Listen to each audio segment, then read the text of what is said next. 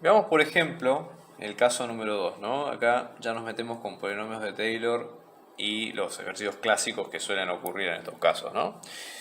Vamos a tener lo siguiente. En este sentido, vamos a tener una curva parametrizada C dada por esta función sigma de t vectorial, donde vamos a tener t menos 1 en la primera componente, t cuadrado más b en la segunda, y después en la tercera tenemos a por t menos 1 más 1, donde t va a estar en un intervalo entre 0 y 2, ¿no? Definida. Esa sería la idea. Vamos a tener que la curva C está incluida en una superficie S, ¿sí? De la superficie S no conocemos nada. Entonces lo que nosotros sabemos es lo siguiente. Hay un plano tangente a esta superficie S en un punto que en este caso es el 0, 2, 1, que tiene la siguiente forma. 3x menos y más 2z es igual a 0. ¿Ok? Esta sería la idea. Esta es la forma del plano tangente. Y nosotros lo que tenemos que encontrar es A y B sabiendo que la curva C pasa por este punto, pasa por el 0, 2, 1. Entonces tenemos que usar un poco la imaginación como para plantear una estrategia clara para el problema. No es una cuestión conceptual muy complicada porque nos dan muchos elementos, la idea es saber usarlos correctamente.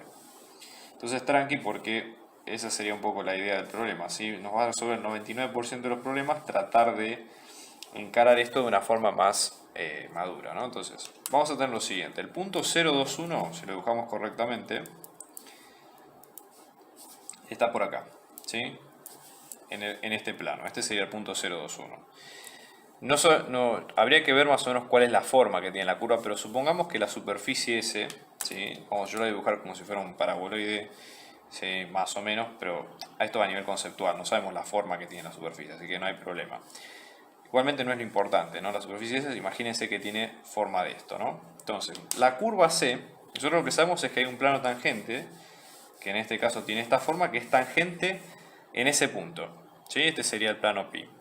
Por ser un plano tangente, en ese punto, la normal del plano, en todos los puntos, ¿no? Pero la normal del plano va a ser perpendicular a la superficie, porque es la definición de un plano tangente. Un plano tangente, un plano tangente a una superficie, en ese punto, ¿sí? Es perpendicular a la superficie, porque toca la superficie, o sea, comparte la superficie del plano ese punto, y por definición, la normal del plano es perpendicular a todo elemento del plano, sea o no de la superficie. En ese punto, ya les digo, como es la intersección, lo cumple sin problema. ¿De acuerdo? Dicho esto, nosotros también sabemos que la curva C pasa por este punto y a la vez la curva C, si pasara por ese punto y está incluida en la superficie S, tendría un recorrido de este estilo. O sea, siempre incluido dentro de la superficie S, no importa la forma que tenga.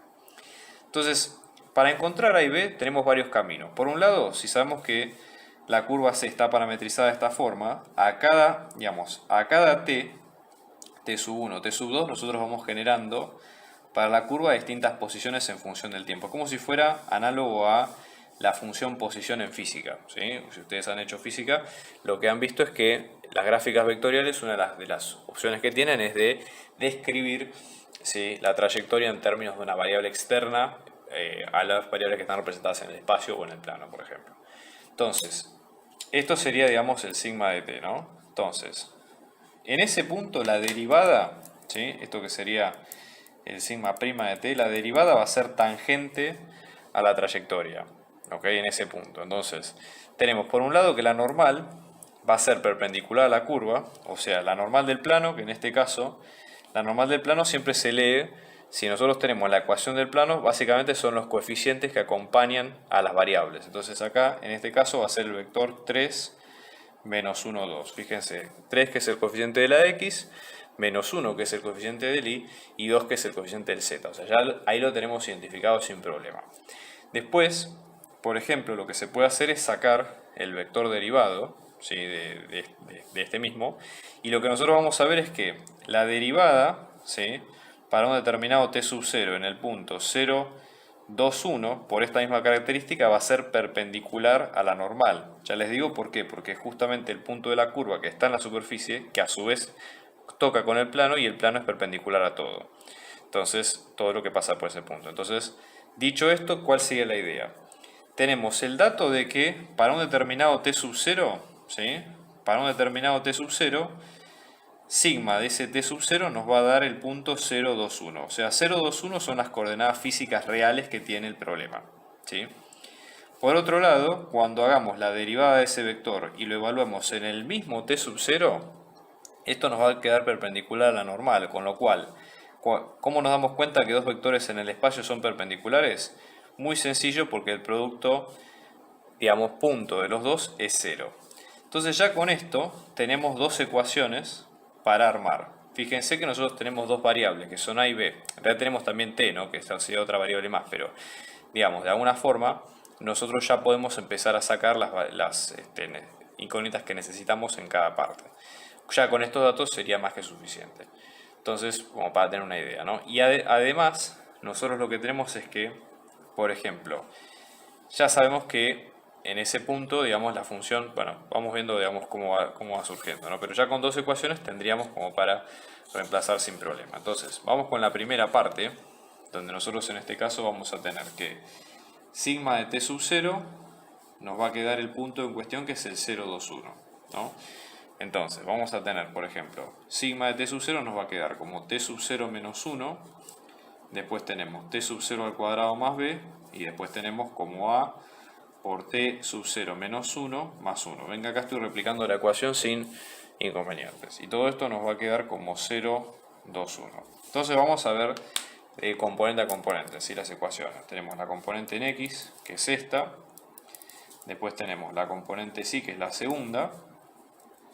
Y después tenemos la componente z, que es la tercera, que es la que está acá arriba de todo. Entonces, por ejemplo, para x, ¿no?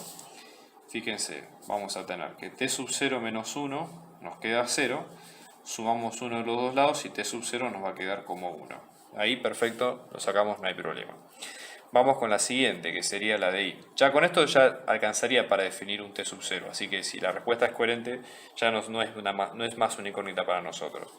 En el caso del i, vamos a tener lo siguiente. Fíjense, t sub 0 al cuadrado, ¿sí?, más b nos va a quedar igual a 2. En este caso sería 1 al cuadrado más b, que nos va a quedar 2, con lo cual 1 al cuadrado es 1, nos va a quedar como 2 menos 1, o sea que b nos queda como 1 en este caso, ¿sí? Y luego para el z, que sería esta componente, ¿no?, vamos a tener, fíjense, a por t sub 0 menos 1, o sea, vamos a tener t sub 0 menos 1 más 1, que nos queda 1. Ahora cuando reemplazamos por el t sub 0, esto nos queda como 1 menos 1 más 1. Fíjense que acá, como queda 0, llegamos a la igualdad que 1 es igual a 1. Con lo cual, la ecuación, si bien se cumple, no nos sirvió para encontrar el a. No importa, porque de alguna forma tenemos la siguiente ecuación. Ya por lo menos encontramos dos incógnitas del problema sin apuro. Vamos a ver entonces ahora la derivada de esta función, ¿no?, que sería la ecuación número 2. Entonces, ahora derivamos esta función en función de t sub 0 y esto nos va a quedar, fíjate. En este caso sería la derivada de t sub 0, fíjense, en este sentido, vamos a tener la derivada t sub 0 menos 1, esta derivada nos queda 1, acá. Después tenemos la derivada, en este caso, que nos va a quedar como 2 por t sub 0. Y después acá vamos a tener la derivada, esto si hacemos la distributiva nos queda como a por t sub 0 menos a más 1. A menos a y 1 son constantes y esta derivada que nos queda como a, ¿sí? Como en este caso t sub 0 dijimos que vale 1, esta derivada en 1 nos va a quedar como 1, 2 por 1 que es 2 y a, ¿sí? O sea, queda este vector. Y ahí se tiene que cumplir lo que habíamos dicho nosotros en la segunda ecuación, que el producto escalar entre los dos vectores debía ser 0 para respetar, digamos, la condición de perpendicularidad. Entonces, procedemos a que esto se cumpla. Entonces vamos a hacer lo siguiente. Tenemos, por ejemplo, la derivada de este vector por el vector normal nos tiene que dar 0. Así vamos a tener 1, 2a por el vector normal, que en este caso es el 3 menos 1, 2, que esto es igual a 0. Armamos la cuenta. 1 por 3, que es 3, más 2 por menos 1, más 2 por a, que es 0. Entonces vamos a tener 3 menos 2 más 2a, que es 0, 1 más 2a, que es 0, 2a, que es menos 1, y a, que finalmente nos queda como menos 1/2, ¿sí? Entonces ya con esto ustedes pueden armar, digamos, la ecuación. Una de las formas de chequear que esto se cumpla básicamente es, pueden volver a reemplazar en la cuenta original, supongamos, yo voy a volver a reemplazar en la C, que en este caso nos queda como sigma de t, con el valor de A y B que nos queda, que sería t menos 1, después vamos a tener t cuadrado más b, que en este caso nos va a quedar más 1, y después tenemos menos 1 medio, todo esto por t menos 1 más 1, ¿ok? Fíjense en este caso, hay que chequear obviamente que sigma sub 1 pase por el punto en cuestión, que en este caso es el 0, 2, 1, entonces fíjense. Esto nos va a quedar como 1 menos 1 que es 0, 1 al cuadrado es 1 más 1 que es 2, y acá vamos a tener 1 menos 1 que es 0, así que esto se anula y esto queda como 0, 2, 1, así que pasa por el punto. Después lo que hay que ver es que la derivada de esta función efectivamente sea perpendicular al vector, digamos, del plano tangente, ¿no? Entonces, hacemos la derivada. Podríamos reemplazar directamente, pero yo quiero que vean ustedes cómo es una forma, digamos, bien completa de chequear lo que estamos viendo, ¿no? Derivada de t menos 1 que nos queda 1, derivada de t cuadrado más 2 que nos queda como 2t, y esta derivada que nos queda como menos 1 medio directamente. Entonces, cuando hacemos sigma subprima de 1, del número 1, que es el punto que estamos viendo, esto nos va a quedar como 1, 2 por 1 que es 2, y menos 1 medio. Entonces ahora chequeamos si este vector es perpendicular al vector normal del plano, que nos había quedado como 3 menos 1, 2, ¿no? Entonces vamos a hacer sigma prima sub 1 por el vector normal, que esto nos queda como el 1, 2, menos 1 medio, por el vector normal, que en este caso nos va a quedar como 3 menos 1, 2. Entonces hacemos la cuenta, 3 por 1 que es 3, 2 por menos 1 que es menos 2, menos 1 medio por 2 que es menos 1, finalmente queda 0. Entonces fíjense, esa es una buena forma de resolver este problema.